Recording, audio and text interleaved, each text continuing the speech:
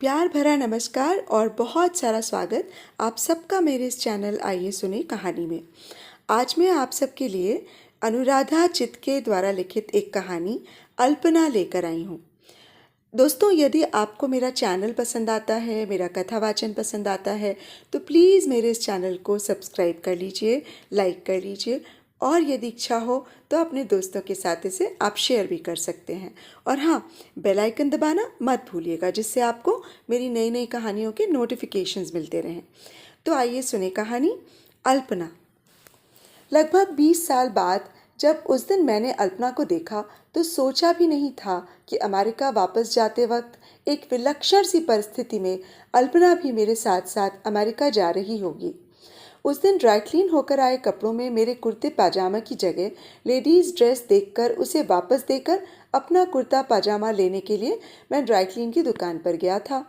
वहीं पर मैंने इतने सालों बाद अल्पना को देखा। उसे दुकानदार से झगड़ता देखकर विश्वास ही नहीं हुआ कि ऐसी बेहूदगी बातें करने वाली औरत अल्पना होगी, लेकिन यकीनन वो अल्पना ही थी।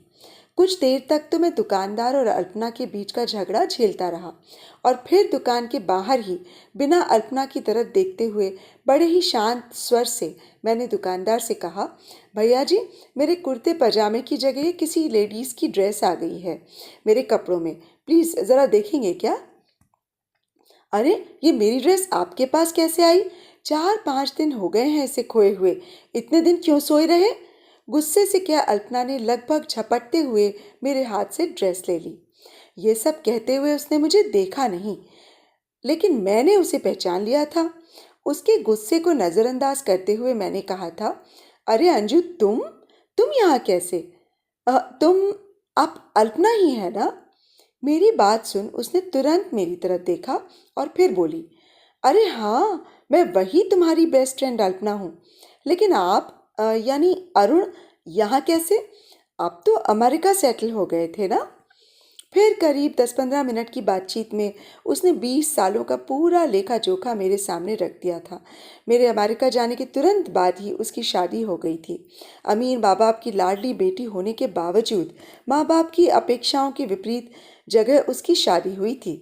उसका पति किसी प्राइवेट कंपनी में सहायक मैनेजर तो था, पर घर के हालात बहुत अच्छे नहीं थे, इसलिए उसे अपनी सेंट्रल गवर्नमेंट की नौकरी अब तक जारी रखनी पड़ी थी। उसकी एक ही बेटी है और इंजीनियरिंग के आखिरी साल में पढ़ रही है, और ऐसी कितनी ही बातें वो लगातार बताती जा रही थी और मैं बिना कुछ बोले उसे निहारता जा रहा था। इन 20 सालों में अल्पना थोड़ी मोटी हो गई थी, लेकिन अब भी बहुत सुंदर लग रही थी। गोरा रंग, बड़ी बड़ी आंखें और कंधों तक कटे बाल। सचमुच आज भी अल्पना उतनी ही आकर्षक थी जितनी 20 साल पहले थी। बीते सालों की कई यादें संजोए हुए मैं सोच ही रहा था कि उससे क्या कहूँ। तभी वो फिर से बोल पड़ी, तुम कब आए अमेरिका से यहाँ? अब यहीं रहोगे कि वापस जाओगे? मृणाल कैसी है? बाल बच्चे कितने हैं तुम्हारे? अरे भाई, अब सारी बातें यही रास्ते में खड़ी खड़ी करोगी क्या? चलो घर चलो मेरे, मैं यहीं पास में रहता हूँ, मैं अपनी कार लेकर आया हूँ, चलो घर चलें। नहीं नहीं, आज रहने दो, आज ज़रा जल्दी में हूँ, फिर कभी अपना कार्ड दे दो, मैं पहुँच जाऊँगी कभी न कभी तुम्हारे घर। अभी थोड़ी देर पहले दुकानदार से लड़ते वक्त तो तुम्हें जल्दी नहीं थी, अब कह रही हो जल्दी में हूँ। लड़ने से फ़ायदा ही हुआ ना, एक तो तुम मिल गए और मेरी बेटी की खोई हुई ड्रेस भी मिल गई। लड़ने झगड़ने में काफ़ी एक्सपर्ट हो गई हो तुम। क्या पति से भी ऐसे ही लड़ती हो? और नहीं तो क्या, कुदरत ने हर औरत को एक पति लड़ने के लिए ही तो दिया है। मृणाल ने तुम्हें बताया नहीं अब तक? हम बातें करते करते मेरी गाड़ी के बिल्कुल पास आ गए थे। मेरी नई मर्सिडीज़ को देखकर अल्पना की आंखें कुछ देर चुंधिया सी गई थीं और फिर अचानक बोल पड़ी थी, वाह मर्सिडीज़, बड़े ठाठ हैं तुम्हारे तो। मेरी कार को निहारते वक्त अल्पना का चेहरा किसी भोले भाले बच्चे सा हो गया था। चलो अंजू, आज मैं ही तुम्हें तुम्हारे घर तक पहुंचा देता हूँ, तुम्हारा घर भी देख लूँगा, चलो बैठो। वाह दैट्स ग्रेट, लेकिन थोड़ी देर रुको, मैंने यहीं पास की गली में अपनी ड्रेस सिलने दी है, अब भी उसे लेकर आती हूँ। गली बहुत छोटी है ना, तुम्हारी मर्सिडीज़ नहीं जा सकती, मुझे सिर्फ 5-10 मिनट लगेंगे, चलेगा? ऑफ कोर्स चलेगा, मैं यहीं गाड़ी में बैठकर तुम्हारा इंतज़ार करता हूँ, मैंने कहा। ठीक है, कहकर वो चली गई। गाड़ी में बैठे बैठे 20 साल पहले की न जाने कितनी यादें मेरे मन में उमड़ने लगीं। 20 साल पहले यहाँ दिल्ली में ही लाजपत नगर में हम दोनों के परिवार साथ साथ के मकानों में रहते थे। हमारे 2 मकानों के बीच सिर्फ एक दीवार थी। आंगन हमारा साझा था।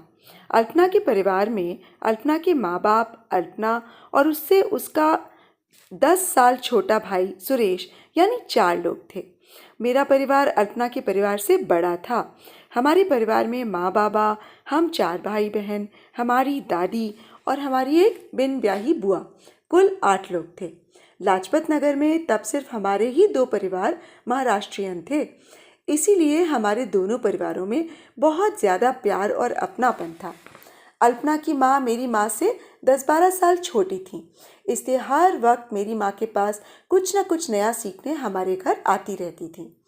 अल्पना का छोटा भाई सुरेश अल्पना से 10 साल छोटा होने के कारण हम दोनों परिवारों में सबसे छोटा था और इसीलिए सबको प्यारा लगता था।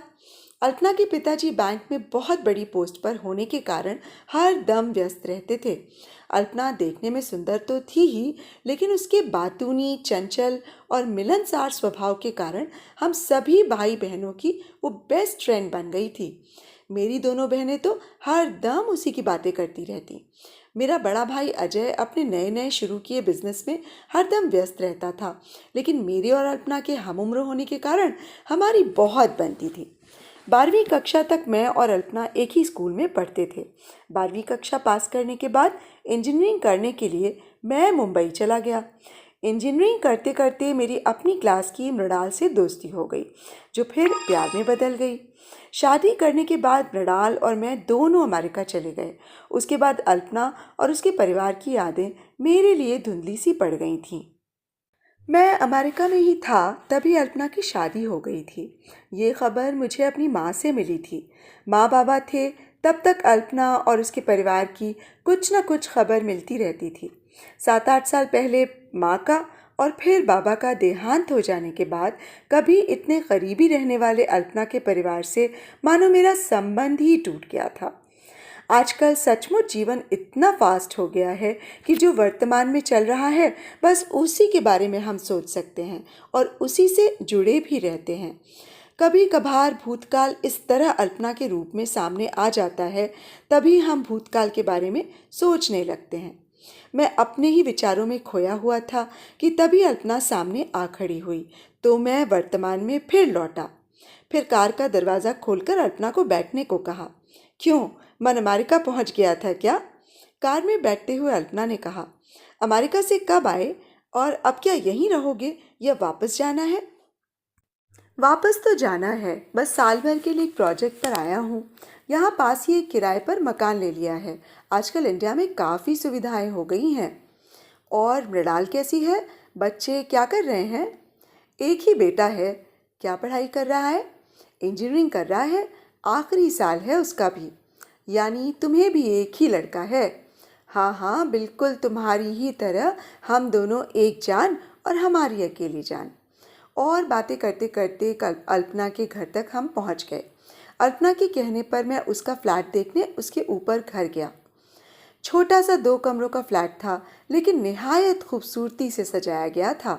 डाइनिंग टेबल के साथ लगी खिड़की के इर्द गिर्द लहराता हुआ मनी प्लांट, घर के द्वार पर रखा मोगरे का गमला और उस छोटे से ड्राइंग रूम में घर की हर चीज़ घर की गृहिणी की कलात्मक रुचि की गवाही दे रही थी।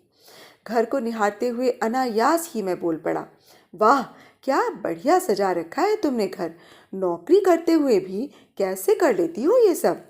मेरी बात अभी पूरी भी नहीं हुई थी कि तभी अंदर से एक बेहद हैंडसम व्यक्ति लगभग चिल्लाता हुआ बाहर आया और अल्पना पर बरस पड़ा। इतनी देर तक कहाँ मटर गश्ती हो रही थी? मुझे काम पर जाना है, याद भी है? तुम्हारी तरह ऑफ नहीं है मेरा। अल्पना की बड़ी विचित्र स्थिति हो गई। मैं भी हैरान होकर कभी अल्पना को और कभी उस इंसान को देख बड़ी मुश्किल से खुद को संभाले खड़ा था। ये मेरे पति हैं शशिकांत, और शशि ये है अरुण। मैंने तुम्हें इनके बारे में बताया था ना, हमारे पड़ोस में रहते थे। अल्पना ने कुछ छेपते हुए अपने पति से मेरी मुलाकात करानी चाहिए। अच्छा ठीक है, लेकिन मेरे पास अब ज़रा भी फुर्सत नहीं है, और होती भी तो तुम्हारे पुराने यारों से परिचित होने का मुझे कोई शौक नहीं। कहकर वह मेरे हाथ मिलाने के लिए बढ़े हाथ को इग्नोर करके अंदर चला गया। मैं अवाक खड़ा रह गया। फिर बोला, ओके अंजू, मैं चलता हूँ। मृणाल राह देख रही होगी। और फिर उसकी तरफ बिना देखे ही घर से बाहर निकल आया। गाड़ी में बैठते बैठते अनायास ही मेरी नज़रें ऊपर गईं तो देखा अल्पना अपनी छोटी सी बालकनी में खड़ी होकर बड़ी असहाय सी नज़रों से मुझे देख रही थी। आंखों में आंसू थे जिन्हें छिपाने का प्रयास कर रही थी। उसकी वे असहाय सी नज़रें मेरा घर तक पीछा करती रहीं।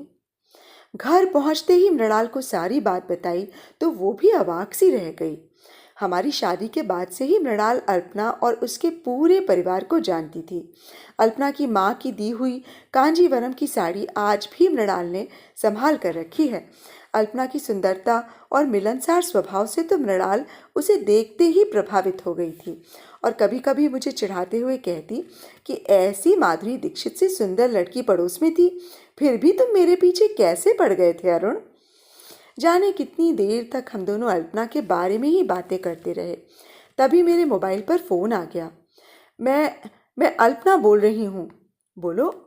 तुम्हें सॉरी कहने के लिए फ़ोन किया है अरुण। तुम पहली बार हमारे घर आए और बिना वजह तुम्हारी इंसल्ट हो गई। अरे नहीं नहीं, मेरी इंसल्ट की छोड़ो। तुम मुझे सच सच बताओ कि तुम दोनों से कोई प्रॉब्लम चल रही है क्या? प्रॉब्लम? मेरी कोई प्रॉब्लम नहीं है। सारी प्रॉब्लम शशि की ही हैं। ज़रा खुल के बताओ, शायद मैं भी कुछ मदद कर सकूं। अब फ़ोन पर नहीं बता सकती, लेकिन इतना ज़रूर कहूँगी कि शशि का गुस्सैल व शक्की स्वभाव मेरे लिए सहना मुश्किल होता जा रहा है। उसके स्वभाव की वजह से ही मैं किसी के घर नहीं जाती और ना किसी को अपने घर बुलाती हूँ। कल अचानक तुम मिल गए, मुझे पहुँचाने घर तक आ गए। न जाने कैसे मैंने तुम्हें ऊपर अपने घर में बुला लिया। तुमने ये सारी बातें माँ बाबा को बताई हैं कि नहीं?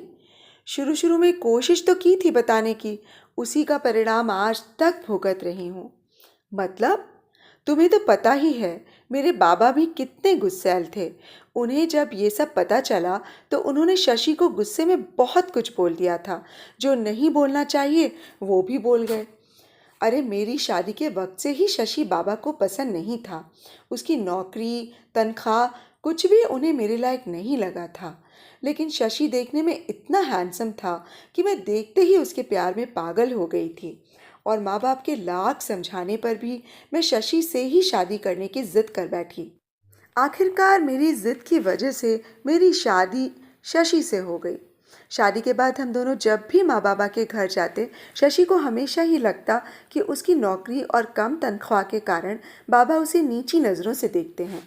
मैंने जब शशि की शिकायत बाबा से की तो बाबा ने गुस्से में भरकर उसे सुना दिया कि तुम मेरी बेटी के लायक कभी थे ही नहीं और कभी हो भी नहीं सकते। ये सब सुनने के बाद मेरा मायका छूट गया। शशि के स्वभाव ने और भयंकर रूप धारण कर लिया था। यही है मेरी गृहस्थी का असली रूप। माँ बाबा और सुरेश अब अमेरिका में ही रहने लगे हैं। ना वे कभी मेरे से मिलने आए और ना मैं कभी उनके पास गई। जीवन में मुझे एक ही सुख मिला है और वो है मेरी बेटी प्रिया। उसे देखकर ही मैं जी पा रही हूँ। बेटी से कैसा सलूक है तुम्हारे पति का? बेटी को तो वो बहुत प्यार करता है, लेकिन उसके स्वभाव के कारण प्रिया उससे डरी डरी सी रहती है और हम दोनों के झगड़ों में पिसती जा रही है। वो हर समय सहमी सहमी सी रहती है। तुम्हें कुछ दिन सुरेश के साथ, माँ बाबा के साथ जाकर रहना चाहिए। माँ बाबा सुरेश के साथ काफ़ी सेटल हो गए हैं। उन्होंने वहाँ की सिटीजनशिप भी ले ली है। सुरेश और उसकी पत्नी उनकी बहुत सेवा करते हैं। ऐसे में मुझे अपना ये दुख उनके सिर पर डालना ठीक नहीं लगता। अच्छा ये सब रहने दो, तुम्हें और एक बात बतानी थी। मैं कल 4 बजे तक तुम्हारे घर आऊँगी। कुछ काम है, माँ बाबा के कुछ पेपर्स देने हैं। तुम जब अमेरिका जाओ तो पेपर्स सुरेश को मेल कर देना प्लीज़। हाँ हाँ, ज़रूर ज़रूर आना कल। मैं और मृणाल वेट करेंगे। अपनी बेटी को भी लाना, उससे भी मुलाकात हो जाएगी। कहकर मैंने फ़ोन बंद कर दिया। मगर दूसरे दिन दोपहर 4 बजे तक का इंतज़ार हमें करना ही नहीं पड़ा। सुबह सुबह 7 बजे ही प्रिया का यानी अल्पना की बेटी का फ़ोन आ गया। बहुत ही डरी आवाज़ में उसने कहा, अंकल आप प्लीज़ अभी हमारे घर आ जाएं। कल पापा ने मम्मी को बहुत मारा है। मम्मी ने ही आपको फ़ोन करने को कहा था। मैंने बिना कुछ सोचे समझे अपनी गाड़ी निकाली, मृणाल को भी साथ ले लिया। फिर अपने एक पुलिस वाले दोस्त इंस्पेक्टर राणा को पुलिस की वर्दी में अपने साथ ले लिया। अल्पना के घर पहुंच गए। अल्पना की हालत बहुत ख़राब थी। उसकी एक आंख सूजी हुई थी, दोनों गालों पर भी चोट के निशान दिखाई दे रहे थे, एक हाथ भी जख्मी था। वो बहुत घबराई हुई थी और करा रही थी। प्रिया उसकी बगल में बैठी थी। शशिकांत पलंग की दूसरी ओर सिर पकड़े बैठा था। मुझे और मेरे साथ आए पुलिस इंस्पेक्टर को देखकर शशिकांत घबरा गया। फिर दूसरे ही पल अपने तमाम पुरुष अहंकार को समेटते हुए अल्पना की तरफ देखते हुए बोला, क्या तुमने बुलाया ही नहीं यहाँ? मैं इंस्पेक्टर राणा आपकी बेटी के फ़ोन के आधार पर यहाँ इन्वेस्टिगेशन करने आया हूँ। शशिकांत इंस्पेक्टर राणा की बात सुनकर हक्का बक्का रह गया। मैं और मृणाल भी चुपचाप खड़े थे। पहले तो इंस्पेक्टर राणा ने शशिकांत को अपने कब्जे में किया, फिर मृणाल प्रिया के साथ घर पर रुकी रही और मैं अल्पना पुलिस स्टेशन चले गए। अल्पना ने थाने में शशिकांत के खिलाफ एफआईआर दर्ज कराई। इसके बाद अल्पना और प्रिया को लेकर हम दोनों अपने घर आ गए। घर आते ही मृणाल ने पहले सबके लिए चाय बनाई, अल्पना को पानी देकर थोड़ा शांत होने दिया और फिर थोड़ी देर बाद बहुत ही शांत संयत भाव से मैंने अल्पना से पूछा, क्या है ये सब अंजू? पत्नी पर इस तरह हाथ उठाना गुनाह है। ये क्या तुम्हारा पति जानता नहीं? क्या पहले भी कभी उसने इस तरह मारा था? ऐसा दूसरी बार हुआ है। 2-3 साल पहले मुझे ऑफिस में अचानक चक्कर आ गया था। मेरी तबीयत बहुत बिगड़ गई थी। तब मेरा एक कलीग मुझे घर छोड़ने आया था। तब भी शशि ने मुझे रात को इसी तरह मारा था। वो मेरे लिए बहुत पॉजेसिव है। मेरे साथ किसी और पुरुष को देख ही नहीं सकता। वो देख नहीं सकता, लेकिन तुम ये सब कैसे सह लेती हो? पति को तुम्हारा नौकरी करके पैसे कमाना मंजूर है, लेकिन तुम्हारे साथ किसी को देखना मंजूर नहीं। ये क्या बात हुई? मैंने भी ये सब 1000 बार सोचा है अरुण। सिर्फ अपनी बेटी की वजह से ये सब सहती आ रही हूँ, लेकिन सहन करने की भी कोई सीमा होती है अंजू। मैं मानता हूँ तुम माँ बाबा, सुरेश और सबके बारे में सोचकर अपना दर्द आज तक छिपाती रही हो, लेकिन सहनशीलता की भी कोई सीमा होनी चाहिए। इतनी मार सहने की तुम्हें कोई ज़रूरत नहीं है। कभी न कभी सहनशीलता का भी अंत होना ही चाहिए। वो आज हो गया है अरुण। इतने दिनों तक मैं अपनी स्वीट बेटी के लिए चुप रही थी, लेकिन अब नहीं। अब वो ये सब समझ चुकी है। अब मुझे शशि से अलग होने से कोई नहीं रोक सकता। वेरी गुड, हम सब तुम्हारे साथ हैं। 2-3 महीने तक प्रिया और अल्पना हमारे साथ ही रहीं। फिर अल्पना ने कोर्ट में तलाक की नोटिस दे दी। शशि काफ़ी दिनों तक हमारे घर आकर अल्पना को मनाने का नाटक करता रहा, लेकिन अल्पना नहीं मानी। तलाक के लिए 6 महीने का सेपरेशन का समय जब शुरू हुआ, तभी हमारा अमेरिका वापस जाने का समय भी आ गया। अल्पना और प्रिया के पास भी पासपोर्ट थे ही। जब हम दोनों अमेरिका वापस जा रहे थे, तब अल्पना और प्रिया भी हमारे साथ अमेरिका जा रही थीं। उन दोनों को सुरेश तक पहुंचाने का जिम्मा भी मैंने ही लिया था। तो अभी आप सुन रहे थे अनुराधा चित्के द्वारा लिखित कहानी अल्पना। आप सबको ये कहानी कैसी लगी मुझे प्लीज़ कमेंट बॉक्स में अवश्य बताइएगा, क्योंकि आप सबका दिशा निर्देश और राय मेरे लिए बहुत महत्व रखती है। तो देखा दोस्तों, आज भी पढ़े लिखे मध्यम वर्गीय परिवारों में इस तरह की घरेलू हिंसा को अंजाम दिया जाता है, जिसे रोकना और इसके खिलाफ आवाज़ उठाना हम सबका कर्तव्य है। तो आज के लिए बस इतना ही। कल फिर एक नई कहानी के साथ आपसे रूबरू होंगी। तब तक के लिए नमस्कार।